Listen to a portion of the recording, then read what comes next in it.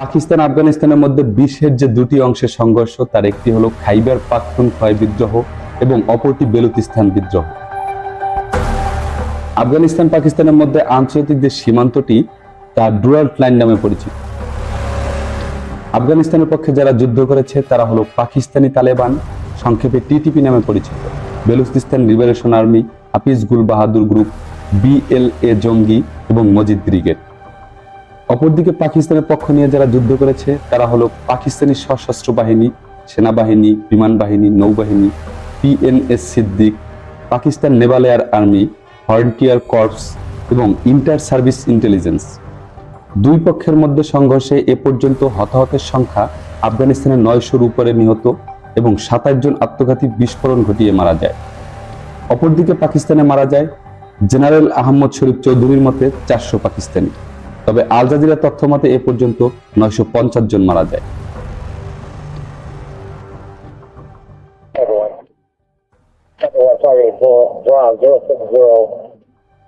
দুই 2024 সালে আফগানিস্তান পাকিস্তান সংঘর্ষ ছিল একটি ধারাবাহিক আন্তঃসীমান্ত সশস্ত্র সংঘাত, যা আফগানিস্তান ও পাকিস্তানের মধ্যে বিমান হামলা ও গুলি বিনিময়ের মাধ্যমে পরিচালিত হয়। সংঘাতে বেলুচিস্তান লিবারেশন আর্মি, বিএলএ ও পাকিস্তানি তালেবান অংশগ্রহণ করেন। সংঘর্ষের স্থানগুলো ছিল উত্তর ও দক্ষিণ ওয়াজিরিস্তান, ওয়ানা, ডেরা ইসমাইল খান, সাংলা, পোস্ত ও পাকতিকা। বিএলএ তুরাবাদ ও গোয়াদারে হামলা চালায়, যা চীন অর্থনৈতিক করিডোর, সিপিইসি ও মার্কিন স্বার্থকে হুমকির মুখে ফেলে দেয়। 2024 সালের মার্চে উত্তেজনা কমলেও ডিসেম্বরে পাকিস্তানি বিমান হামলার মাধ্যমে সংঘাত আবারও শুরু হয়, বিশেষ করে পাকতিকা প্রদেশে। ডিসেম্বরের সংঘাত আফগানিস্তানে পাকিস্তানের তৃতীয় দফা বিমান হামলার ঘটনা পরিস্থিতিকে নতুন করে চিহ্নিত করেছে। প্রথম হামলা হয় 2022 সালে, দ্বিতীয় 2024 সালের মার্চে এবং তৃতীয় ও সর্বশেষ রাউন্ড ডিসেম্বরে পুনরায় ঘটে। 2021 সালে তালেবান আফগানিস্তানের ক্ষমতায় ফিরে আসার পর থেকে আফগানিস্তান ও পাকিস্তানের মধ্যে সীমান্ত সংঘাত ক্রমাগত বেড়েছে। অতীতে আফগান তালেবানদের প্রতি সমর্থনের অভিযোগ থাকা সত্ত্বেও সাম্প্রতিক সময়ে পাকিস্তান ও আফগানিস্তানের মধ্যে সম্পর্কের ক্রমাগত অবনতি লক্ষ্য করা যাচ্ছে। বিশেষ করে সীমান্ত এলাকার সংঘর্ষ ও একে অপরের বিরুদ্ধে প্রত্যক্ষ অভিযোগ পরিস্থিতি আরো জটিল করে তুলেছে।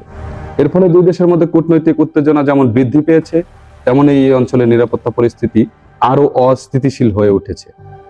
16 মার্চ 2024-এ জঙ্গিরা একটি ট্রাক বোমা বিস্ফোরণ ঘটিয়ে এবং সীমান্ত চেকপোস্টে গুলি চালিয়ে পাকিস্তানি সেনাদের আক্রমণ করে।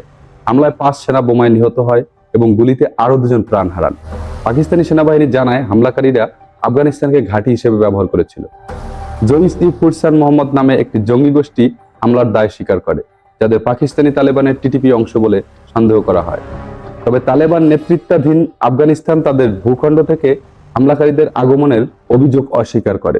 17 মার্চ পাকিস্তানের রাষ্ট্রপতি আসিফ আলী জারদারি হামলার জন্য কঠোর প্রতিশোধ নেওয়ার প্রতিশ্রুতি দেন। 18 মার্চ 2024-এ পাকিস্তান বিমান বাহিনী আফগানিস্তানের পোস্ত ও পাকতিকা প্রদেশে 2টি বিমান হামলা চালায়, যা পাকিস্তানের সীমান্ত আক্রমণের প্রতিশোধ হিসেবে পরিচালিত হয়। পাকিস্তান দাবি করে তারা হাফিজ গুল বাহাদুর জঙ্গি গোষ্ঠীকে লক্ষ্য করে এবং কমান্ডার সেহরা ওরফে জানানকে হত্যা করেছে। তবে আফগান সরকার জানায় হামলায় 5 নারী ও 3 শিশু নিহত হয়। পাকিস্তান দাবি অস্বীকার করে বলে তারা সন্ত্রাসীদের হত্যা করেছে, কিন্তু কমান্ডার আব্দুল্লাহ মেহসুদের বাড়ি লক্ষ্যবস্তু করায় তার স্ত্রী ও সন্তান নিহত হয়। আফগান প্রতিরক্ষা মন্ত্রণালয় পাল্টা প্রতিক্রিয়া জানায় এবং সীমান্তে পাকিস্তানি অবস্থানগুলোতে মর্টার হামলা চালায়। এতে কুলগাম জেলার 4 বেসামরিক ও 3 সামরিক সদস্য আহত হন এবং 1 পাকিস্তানি ক্যাপ্টেন নিহত হন।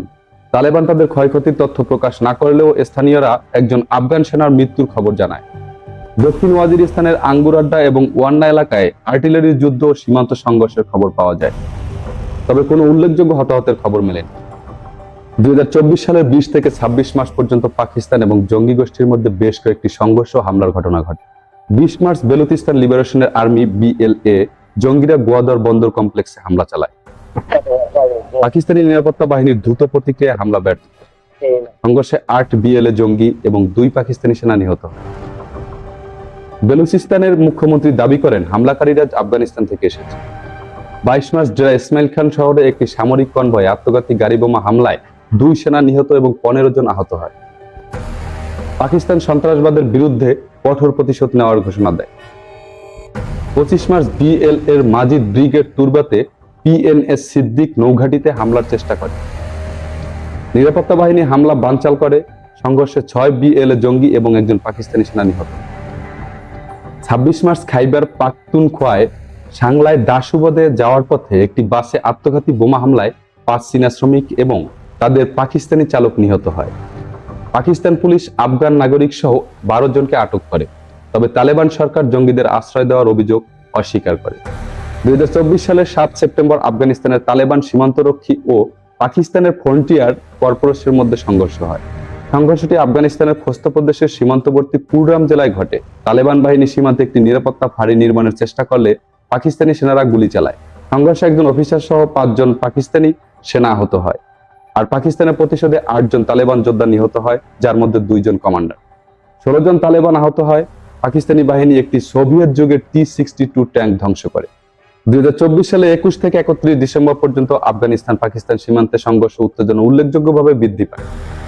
21 ডিসেম্বর দক্ষিণ ওয়াজিরিস্তানের পাকিস্তানি তালেবানদের হামলায় 16 পাকিস্তানি সেনা নিহত এবং 8 বিদ্রোহী নিহত হয়।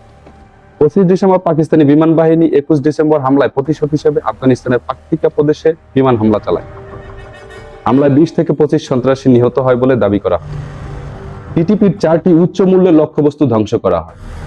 আফগান সরকার 46 জনের মৃত্যু এবং শিশুসহ 6 জন আহত হওয়ার কথা জানায়। 26 ডিসেম্বর ডান্ট আউপাটান এবং কুররামে আফগান ও পাকিস্তানি বাহিনীর মধ্যে সীমান্ত গুলি বিনিময় হয়। 27 ডিসেম্বর একই এলাকায় কয়েক ঘন্টা ধরে চলা সংঘর্ষে বেসামরিক বাড়ি ক্ষতিগ্রস্ত হয়। বাজাউর জেলার সংঘর্ষে 2 পাকিস্তানি সৈন্য নিহত এবং 11 জন আহত হয়। 28 ডিসেম্বর আফগান প্রতিরক্ষা মন্ত্রণালয় দাবি করে তারা পাকিস্তানের সীমান্ত চৌকিতে হামলা চালিয়েছে। পাকিস্তানি বাহিনীর পাল্টা আক্রমণে 7 থেকে 8 তালেবান নিহত হয়। 29 ডিসেম্বর দক্ষিণ ওয়াজিরিস্তানের একটি তৃতীয় অনুপ্রবেশকারী চেষ্টা ব্যর্থ হয়, যেখানে 7 জঙ্গি নিহত হয়। একই দিনে কাবুলে তালেবান স্বরাষ্ট্র মন্ত্রণালয়ের বিস্ফোরণে 10 তালেবান যোদ্ধা নিহত হয়।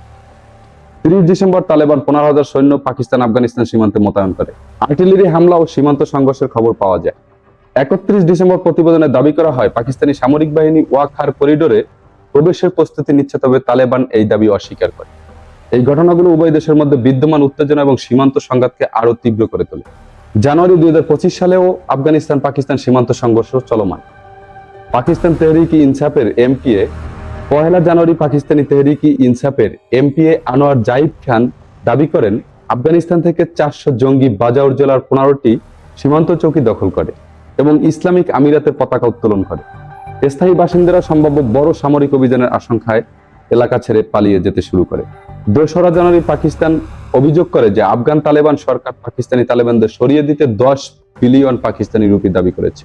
আফগান সরকার অভিযোগ অস্বীকার করে। সীমান্ত এলাকায় ছোটখাটো সংঘর্ষ অব্যাহত থাকে। 3 জানুয়ারি পাকিস্তান থেকে বিক্ষিপ্ত একটি ক্ষেপণাস্ত্র খোস্ত প্রদেশের আলিশার এলাকায় আঘাত হানে। হামলায় একটি বাড়ির সাথে সংযুক্ত অতিথি কক্ষ ধ্বংস হয়। সীমান্ত এলাকায় উভয় পক্ষের মধ্যে ছোটখাটো সংঘর্ষের খবর স্থানীয় সূত্রে পাওয়া যায়। এই ঘটনাগুলো আফগানিস্তান পাকিস্তান সীমান্ত সংঘাতকে আরো জটিল ও উত্তপ্ত করে তুলেছে।